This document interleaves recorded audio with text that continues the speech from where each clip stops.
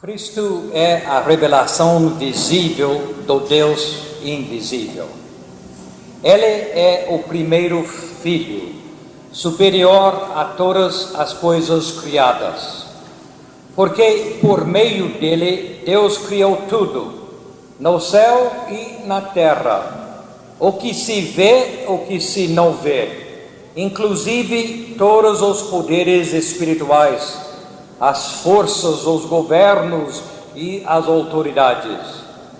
Por meio dele e para ele, Deus criou todo o universo. Cristo já existia antes de tudo. Em união com ele, todas as coisas são conservadas em ordem e harmonia. Ele é a cabeça do corpo, a igreja. Ele é a origem da vida do corpo. Ele é o primeiro filho que foi ressuscitado para que somente ele tivesse o primeiro lugar em todas as coisas. Porque é pela própria vontade de Deus que o filho tem em si mesmo a natureza completa do Pai. Portanto, por meio do filho, Deus resolveu trazer o universo de volta para si mesmo. Ele fez a paz por meio da morte de seu filho na cruz, e assim trouxe de volta para si mesmo todas as coisas, tanto na terra como no céu. Deus nos abençoe nessa leitura de Colossenses, capítulo 1, versículos 15 a 20, nosso texto bíblico. A vida de hoje é totalmente impessoal. Nós somos desumanizados constantemente. Por isso, é tão tranquilizador abrir as páginas do Novo Testamento e ver que Jesus Cristo tinha tempo para o povo numa base pessoal. Nós nunca realmente nos cansamos de ouvir sobre as conversações que Jesus tinha, por exemplo, com a mulher lá no poço de Jacó. A conversa que Jesus tinha à noite, lembra daquela noite com Nicodemos, outra com Zaqueu na casa dele, outra com Maria e Marta, outra com Pedro, outra com o jovem rico e inúmeros outros. Jesus tinha o tempo que nosso mundo hoje em dia não tem mais. E Jesus ainda tem tempo. Jesus ainda encontra conosco. Ele ainda anda no meio dos necessitados deste mundo, dizendo: venham a mim todos vocês que estão cansados de carregar suas pesadas cargas, e eu lhes darei descanso. Na fé cristã, Jesus Cristo é nosso Senhor. Cristo se encontra conosco. E não há nada mais pessoal neste mundo do que este encontro que nós temos com Jesus como nosso Salvador. Por meio de um ato de fé, nós simplesmente recebemos Jesus Cristo como o Salvador pessoal de nossas vidas. Por meio de um ato de fé, nós recebemos a graça de Deus. Por meio de um ato de fé, aceitamos a aceitação de Deus por nós. E não existe nada realmente mais precioso do que este encontro. É um encontro totalmente pessoal. Somos cristãos hoje, não porque nós pensamos de uma certa maneira. Nós somos cristãos hoje não porque nós possuímos certos princípios. Possuímos os princípios, está certo? Mas não somos cristãos por causa disto, não. Nós somos cristãos não porque nós temos um certo ponto de vista, nem porque nós pertencemos a uma certa igreja. Melhor, nós somos cristãos porque nós cremos nele. o Deus homem, o Filho de Deus, Jesus Cristo. Nós somos cristãos hoje porque nós somos conscientes de sua presença em nossas vidas, em nossos corações. E este encontro não é privativo, mas é pessoal. Não é exclusivo, mas é individual. No Novo Testamento, nós achamos a frase em Cristo para descrever este encontro. Em Cristo é uma designação dinâmica. E no Novo Testamento aparece esta frase ou estas palavras em Cristo 164 vezes. Os crentes da igreja do primeiro século, eles conheciam a si mesmos e os outros como homens e mulheres em Cristo. Era isso que eles conheciam. Você está em Cristo, eu estou em Cristo. A proclamação realmente do Evangelho então fica muito abstrata, muito árida para mim, se até que eu me torno ciente do fato que foi meu próprio pecado, a minha própria maldade e não o pecado em geral que impeliu os pregos naquelas mãos impecáveis e crucificou o próprio Filho de Deus. E a proclamação do Evangelho me deu o seguinte estímulo: porque Deus amou o mundo de tal maneira que Ele deu seu único Filho. E quando eu o recebi, então tudo se tornou tão estaticamente pessoal para mim que eu posso gritar usando as palavras do apóstolo Paulo lá em Gálatas 2:20. Foi Ele, Cristo Jesus, que me amou e deu a si mesmo por mim. Cristo me salvou. Ele é nosso Salvador pessoal. É igualmente verdade que na fé cristã Jesus Cristo é o Senhor. Ele é o Senhor tanto quanto Ele é o Salvador. As duas coisas são inseparáveis em nosso encontro com Cristo. Ele é o nosso Salvador e Ele é o nosso Senhor. Passivamente nós aceitamos a sua salvação. Quer dizer, nós aceitamos passivamente isto porque Ele fez por nós exatamente aquilo que nós jamais poderíamos fazer por nós mesmos. E ativamente, então, nós levantamos para segui-lo como o Senhor de nossas vidas. Então, assim como cristãos, assim nós oscilamos entre as duas coisas. O que Cristo fez por nós e o que nós podemos fazer por Ele. É uma distorção realmente do Evangelho para salientar que Jesus Cristo é nosso Salvador pessoal e negar ao mesmo tempo que Jesus é o Senhor.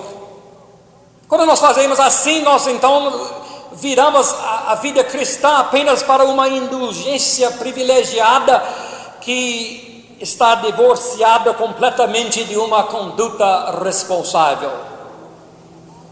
Nós somos chamados a obedecer como o Senhor, aquele que nós temos recebido gratamente como nosso Salvador pessoal. Por isso, irmãos, nós não somos somente objetos de salvação, nós não somos somente objetos do amor de Deus, somente para receber deste amor, mas também nós somos instrumentos deste amor. Nós temos que ir tanto como vir. Encontramos a confirmação disto no credo mais antigo que existe na igreja. É simplesmente isto: Jesus Cristo é Senhor. Esta é a essência da mensagem cristã. Esta é a asserção fundamental do Novo Testamento. Jesus Cristo é Senhor. Mas a pergunta que eu faço hoje: Jesus Cristo é o Senhor do quê? Bem, cada bom sermão deve ter 3 pontos, não deve? E hoje acertei 3. Alguns dias eu fico com 5, alguns dias com 2, mas hoje acertei com os 3. Então, em primeiro lugar, com certeza Jesus Cristo é o Senhor de sua vida. Ele é o Senhor da minha vida. O servo é alguém que está à disposição de seu mestre. Então, qual é o cristão? O cristão é alguém que coloca a si mesmo à disposição de Jesus Cristo. Nós rendemos nossa soberania a uma vontade que é mais alta do que a nossa própria vontade. É como o apóstolo Paulo escreveu à igreja de Coríntios, em 2 Coríntios 5,15. Ele morreu por todos, para que os que vivem não vivam mais para si mesmos, mas somente para aquele que morreu e ressuscitou a favor deles. Então, de repente, gente, então a vida cristã é uma representação pessoal, particular do seu Senhor, que é Jesus Cristo. Ele é o Senhor de sua vida, Ele é o Senhor da minha vida. Mas mais do que isto, em segundo lugar, quando nós chamamos Jesus Cristo como o Senhor, nós estamos dizendo que Ele é o Senhor da igreja também. Certamente foi isto que Paulo estava afirmando quando ele escreveu tanto em nosso texto bíblico como em Efésios 4,15. Ele escreveu ao contrário, falando a verdade com espírito de amor. Cresçamos em tudo para Cristo, que é a cabeça. E versículo 18 deste 1 Colossenses: Ele é a cabeça do corpo, a igreja. Ele é a origem da vida do corpo. Então Cristo é para a sua igreja o que a cabeça é para o corpo. O Senhor da minha vida, da sua vida, o Senhor da igreja. E em terceiro lugar, Jesus Cristo é o Senhor da história também. Não nós ousamos aclamar o senhorio de Jesus Cristo sem incluir sua significação cósmica. Ele tem uma vontade para o indivíduo, ele tem a vontade dele para a sua vida, ele tem a vontade de Deus para a minha vida, é claro, é certo. Mas também, irmãos, com certeza ele tem a vontade dele para o mundo todo. Ele tem a vontade dele para tudo que ele criou. A salvação que Jesus Cristo trouxe por sua vida, por sua morte, por sua ressurreição, não pode ser visto em termos exclusivamente individuais. Está certo, Ele é o Senhor de nossas vidas, Ele é o Senhor da tua e sua igreja, mas Ele é o Senhor de muito mais do que isto. Nunca achamos no Novo Testamento o senhorio de Jesus Cristo colocado em termos tão restritos como Ele é o Senhor de nossas vidas só. O primeiro Adão, na sua queda, ele afetuou toda a criação de Deus, não afetuou? Ou se afetuou? Nós estamos sofrendo hoje, até hoje, por causa da queda de Adão, porque o pecado entrou no mundo, está certo? Mas o segundo Adão, que é Jesus Cristo mesmo, afetará também toda a criação de Deus. Colossenses, nosso texto hoje, versículo 20.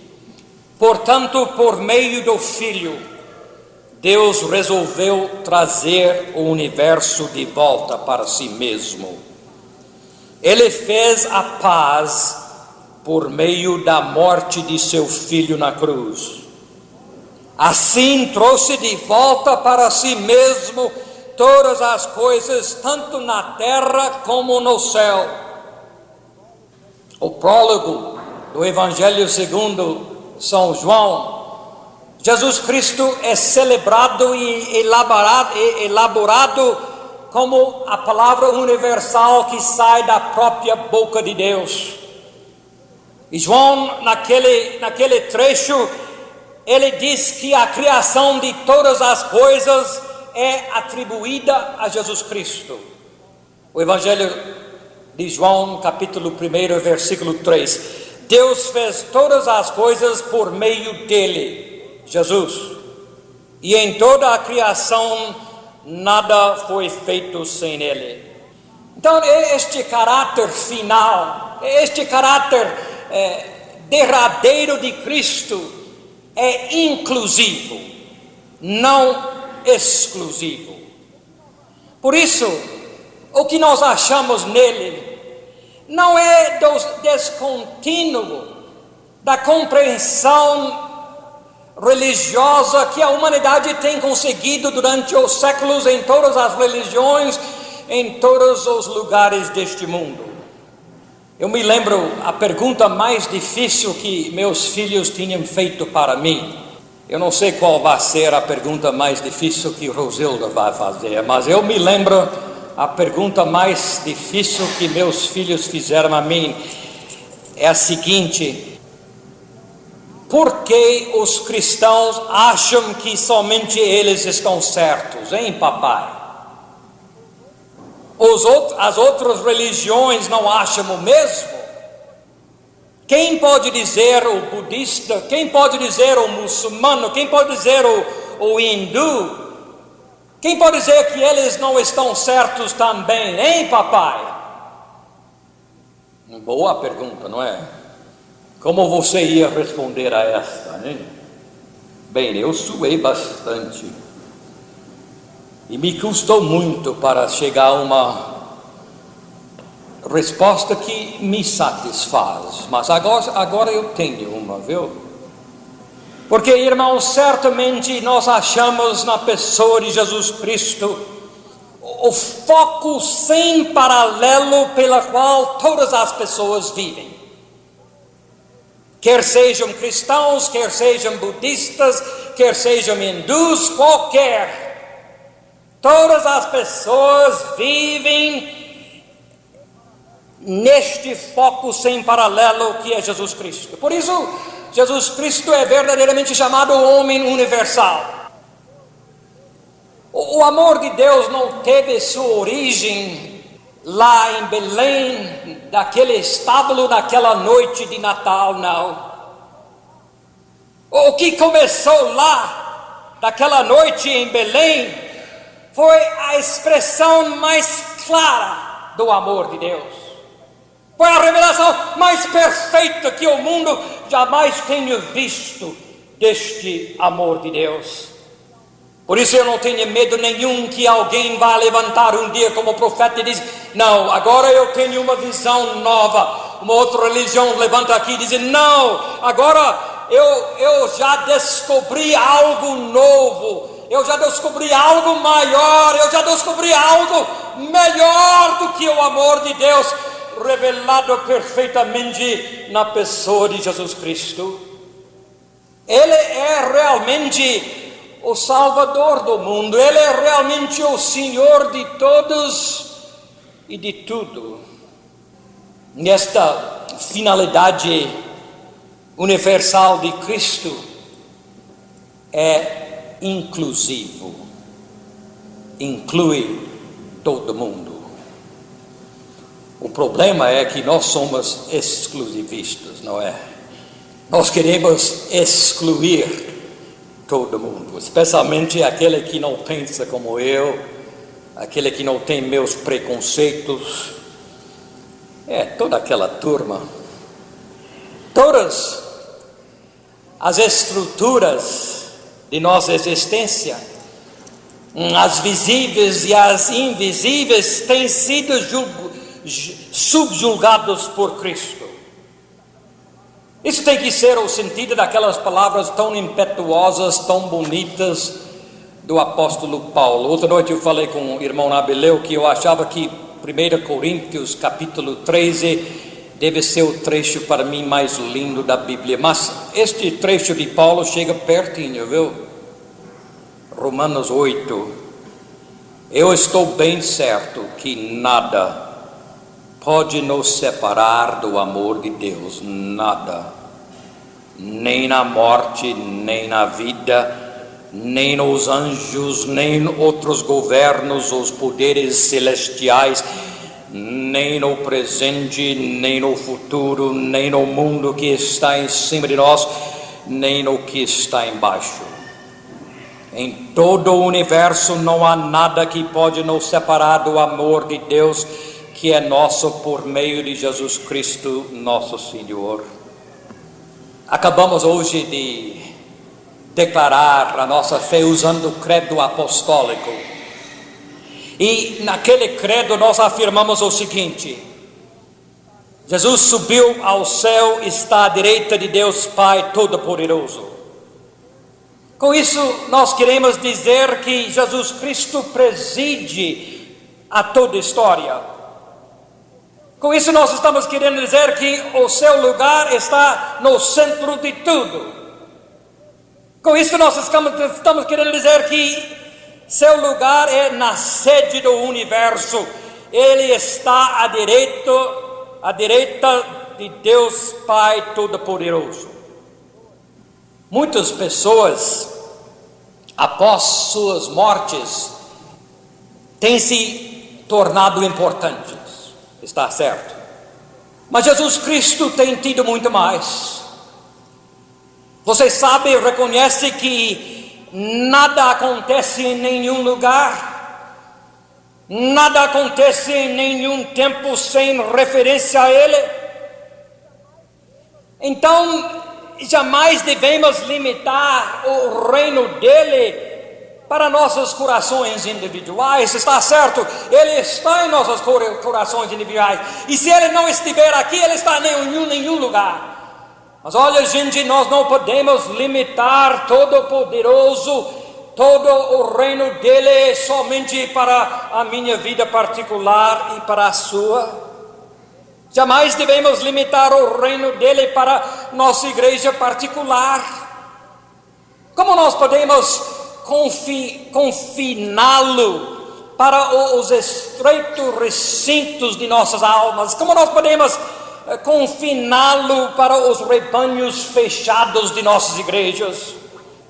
Como nós podemos então, irmãos, pensar deste jeito quando o apóstolo Paulo falou o seguinte em nosso texto: porque por meio dele, Jesus Cristo, Deus criou tudo, no céu e na terra, o que se vê e o que se não vê, inclusive todos os poderes espirituais, as forças, os governos, as autoridades. Por meio dele e para ele, Deus criou todo o universo. Ele já existia antes de tudo, e pela união com ele, todas as coisas realizam sua verdadeira função. A maioria de nós crê que Jesus Cristo é o Senhor de nossos corações, apesar de nossa obediência falha.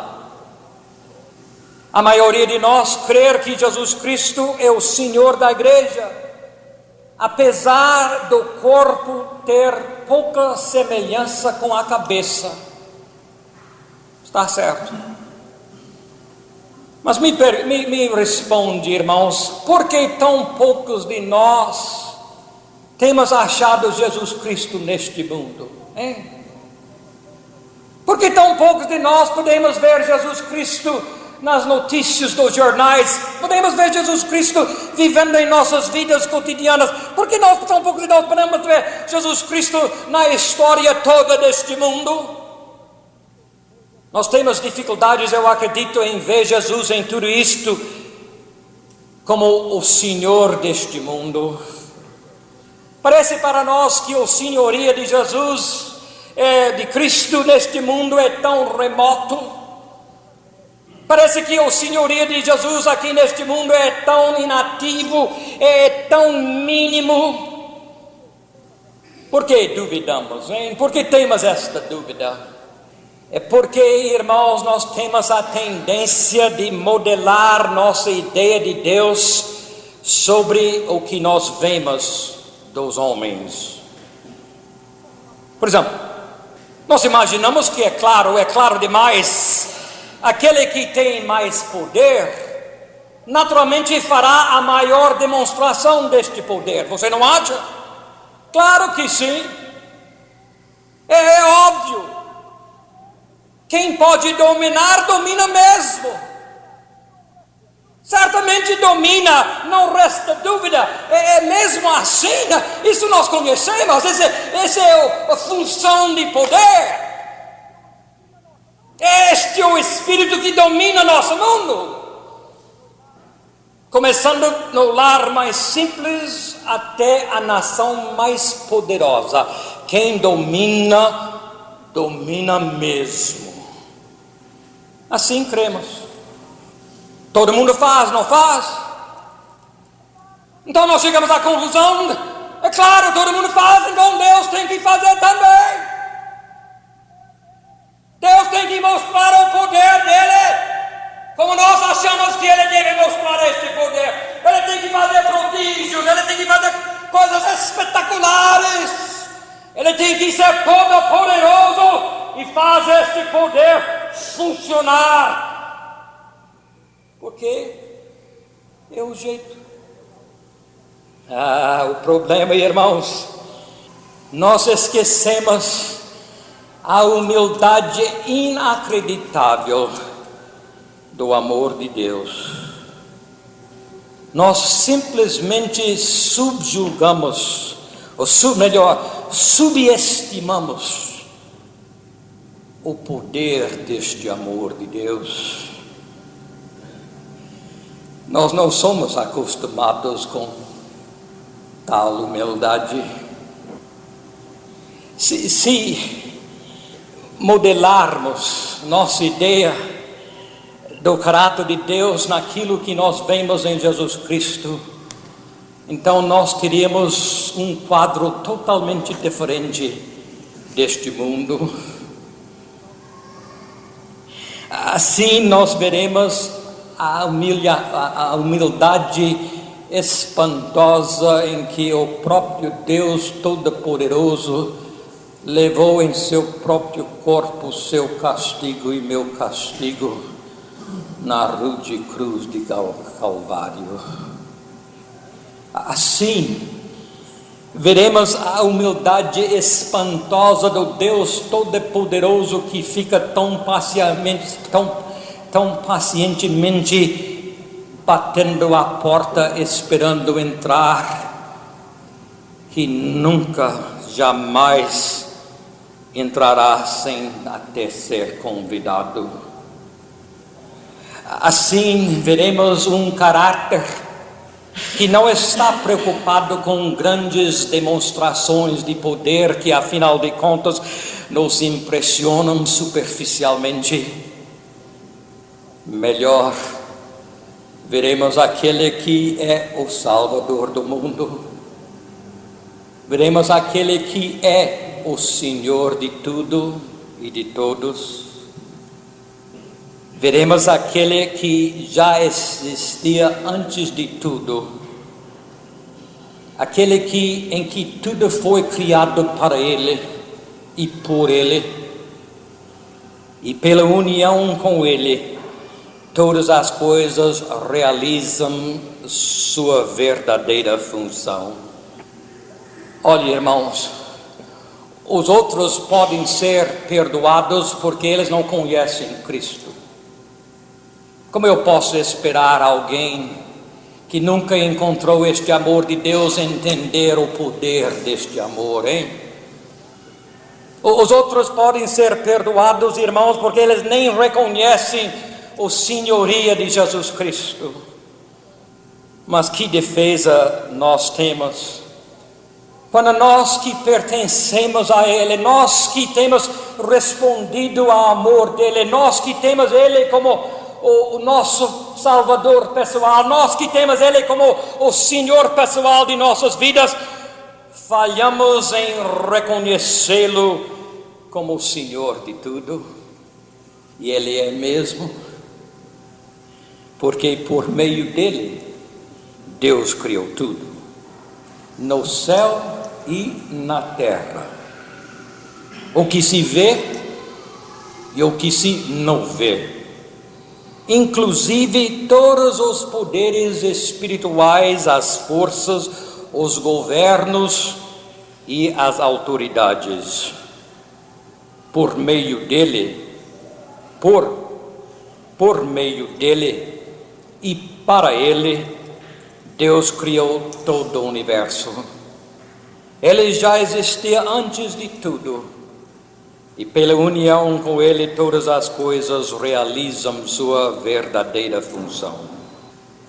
Ó Pai, neste primeiro dia deste ano novo, dá-nos uma visão diferente do Senhor como o Senhor de tudo. O senhoria do Senhor na criação toda. Abre, ó Pai, nossos olhos, dá-nos uma percepção diferente deste mundo, da Tua Igreja, de nós mesmos e de nosso papel neste mundo. Ajuda-nos de ver a Tua mão em tudo que acontece nesta vida. Mesmo que nós não entendemos, somos perplexos e confusos tantas vezes, nós sempre fazemos a pergunta por quê? Nós queremos saber porquê das coisas. Temos recebido uma lavagem cerebral deste mundo que só pensa em poder e riqueza e prestígio e tudo demais. Ó Pai, faça nascer em nós algo da Tua humildade. Nós compreendemos tão pouco disto. Nesta hora, quando tomamos a ceia, quando neste sacramento com os elementos do pão e vinho nós recebemos esta vida nova em Ti, renova em nós, ó Deus, e dá-nos esta nova vida. Oramos em nome de Jesus. Amém.